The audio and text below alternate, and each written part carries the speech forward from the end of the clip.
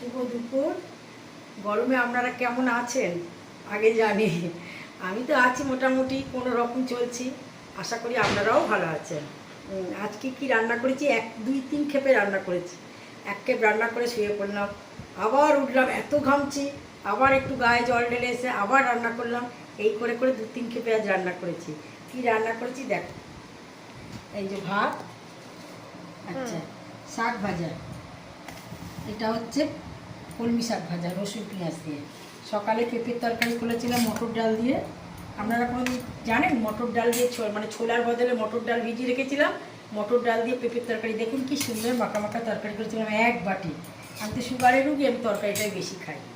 আচ্ছা, এটা হচ্ছে কাটোয়ার ডাঁটা, লাল ডাঁটাগুলো দিয়ে, গাজর দিয়ে, ঝিঙে দিয়ে, বেগুন দিয়ে, আলু দিয়ে, চিংড়ি মাছ দিয়ে একটা মাখা মাখা তরকারি, কোনো মশলা দিইনি, শুধু নুন, মিষ্টি আর হলুদ।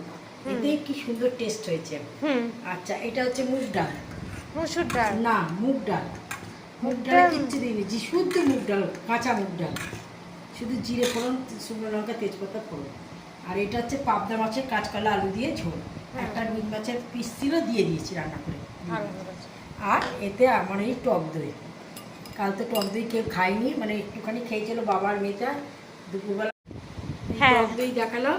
হ্যাঁ, আমার এই কথাবার্তা রান্নাবান্না যদি ভালো লেগে থাকে তাহলে একটা লাইক করে দেবেন, একটা সাবস্ক্রাইব করে দেবেন। নমস্কার।